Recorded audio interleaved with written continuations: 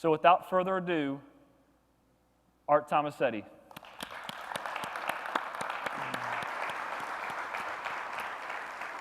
Thank you.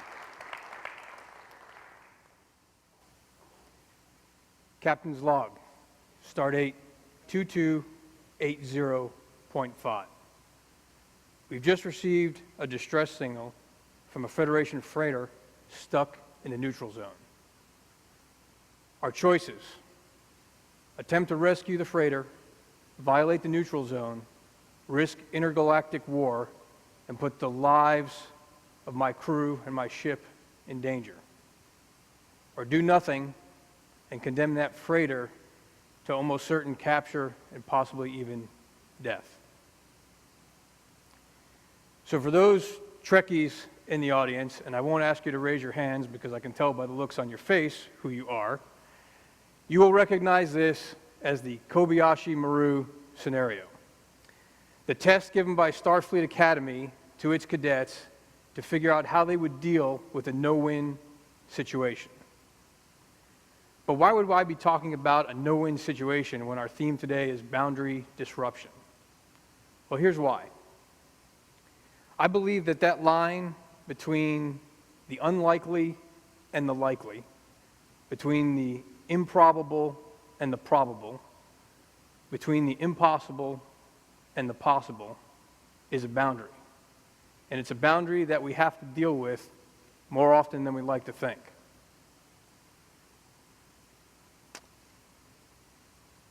Calendar date, June 2013. The United States Marine Corps puts forth its requirements for initial operating capability of the F-35B and sets a target date of July of 2015.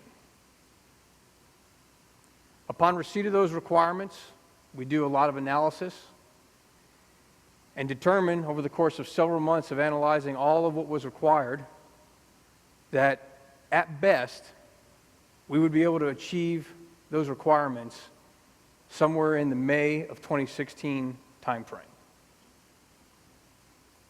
Choice: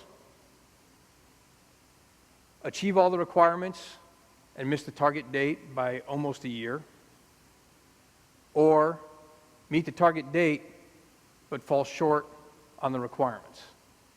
Maybe not the classic no-win scenario, but close enough to keep a lot of people busy for a long time. So what do you do when you're faced with that boundary between can and can't? Well, I'll tell you what we did. We assembled a team. We put somebody in charge. But just because you assemble a team doesn't mean you're going to be successful. And even if you put together a great team, it doesn't necessarily mean that you're going to have a great outcome. So I would offer 5 steps that we used to do great. Step 1, educate the team. That sounds pretty simple, but you really and truly have to know where you're going if you have any chance of getting there. And I'll give you an example for Marine Corps IOC. In the Marine Corps IOC requirement, it said they needed trained pilots. And that's all it said, trained pilots. So you can say, okay, we just got to make sure that they have trained pilots. Well, what does it take to make a trained pilot?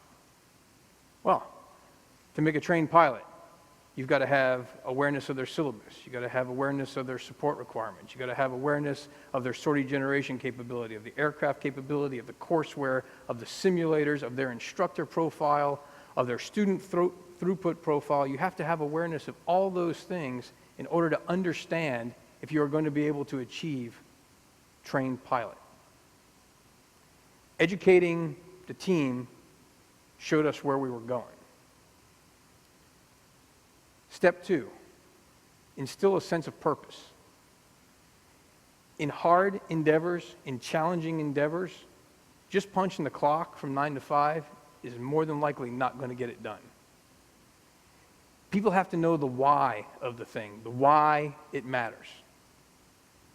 And not just, in my example, why did IOC matter to the Marine Corps? Well, why did it matter to Lockheed Martin? Connect the dots all the way back to the individual on the team, and why did it matter to them? Educating the team showed us where we're going. Instilling a sense of purpose got us moving. Step 3, establish the conditions for success. So your job as a leader is not to report status, and it's not to track metrics. Your job as a leader is to set the conditions for your team and your people to be successful. That's what you have to do. And I'm not just talking about resourcing, right? I'm talking about things like empowerment. I'm talking about things like creating an environment where innovation and creativity can thrive.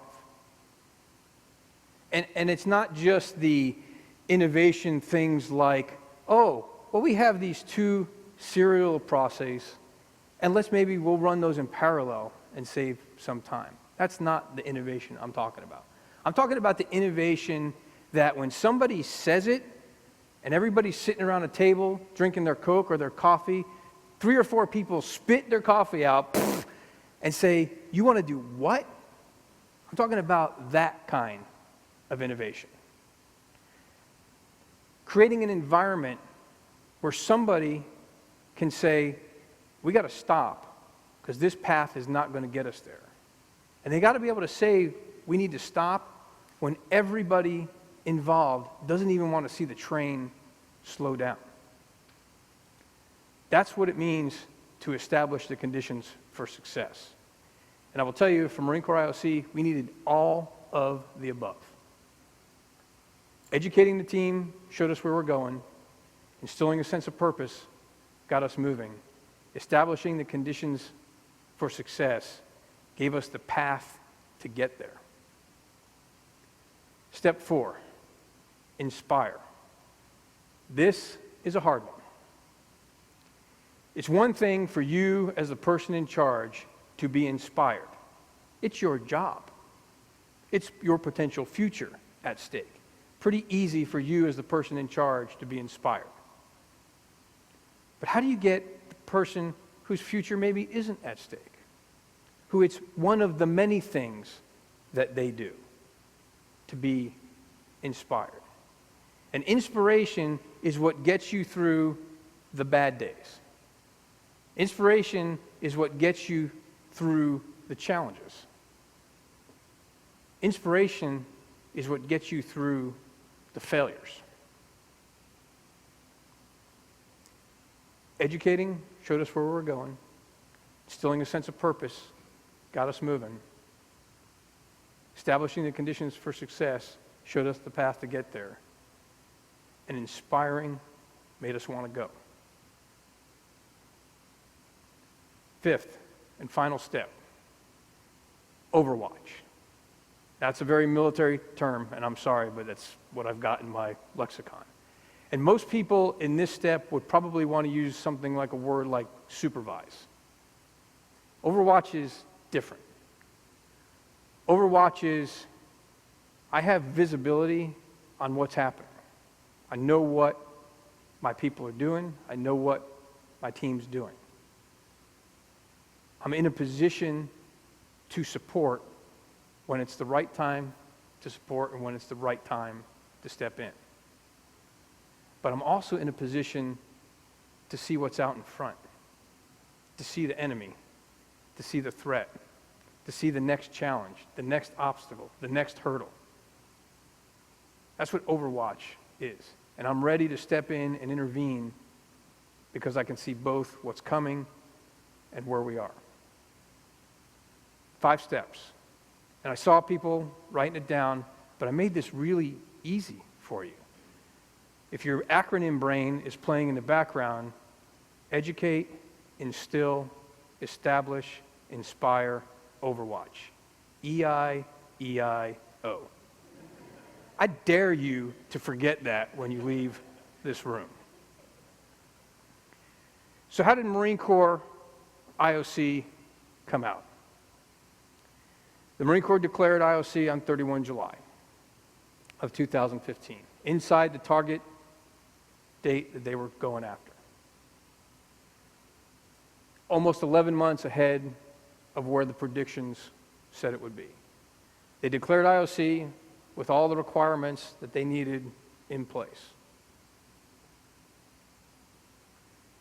But I will tell you, just like Captain Kirk in the Kobayashy Maru no-win scenario, we didn't really deal with the no-win. We changed the problem into something that was winnable. That boundary out there, we saw it, we acknowledged it was there, and we figured out a way to make it not an issue. We moved it. We moved it so it wasn't a problem. 5 steps. Simple words, easy acronym to remember. But you got to make a decision before you embark on any of those 5 steps. You got to decide what kind of person you are. And this is simple too. Turbo's a binary person, 1 and 0. There's only 2 kinds of people. There's the people who look at that obstacle, that mountain range, and they'll talk about how tall it is, and they'll talk about how hard it is, and they'll talk about how dangerous it is, and they'll talk about the hazards, and they'll talk about all the reasons why you shouldn't deal with that obstacle. That's one type of person. Then there's the other type of person who will put their hand on the rock and start climbing. And all that person's got to do when they make that decision to stop staring at the problem and put their hand on the rock is they got to have the confidence to go up, because generally that's the direction we want to get to. That's what gets us past the obstacle. They got to have the cleverness to go sideways, because sometimes the path isn't straight. Sometimes you got to innovate. Sometimes you got to create. Sometimes you got to think out of the box. You got to have the cleverness to go sideways. You got to have the courage to go backwards. When that path isn't going to get you there, and there is no clever sideways to go, you got to have the courage to go backwards and find a new way to the top. And the most important thing through any of that, once you start, you got to have the commitment to never let go. So ladies and gentlemen, step up. Your mountain awaits. Are you going to stare, or are you going to climb? Thank you.